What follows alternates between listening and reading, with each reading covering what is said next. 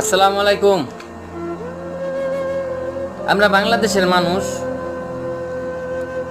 ইন্ডিয়াকে দিয়েছি একটা কন্যা, আর ইন্ডিয়া তার বিনিময়ে আমাদেরকে কি দিয়েছে জানেন? বন্যা।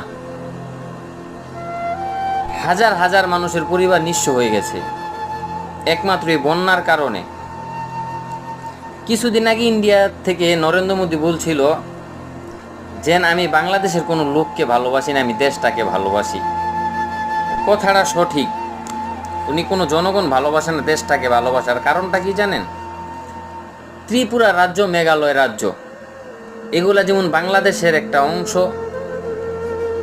ইন্ডিয়া দখলের আছে, ইন্ডিয়া এগুলো ভোগ করতেছে, অথচ আমরা বাংলাদেশে কিছুই পাই না। মেঘালয় আমাদের বাংলাদেশে, ত্রিপুরা রাজ্য আমাদের বাংলাদেশে না। আমাদের মাওলানা আব্দুল হামিদ সাহেব বাসানি উনি চেয়েছিলেন এগুলা, উনি চেয়েছিলেন ত্রিপুরা রাজ্য, মেঘালয়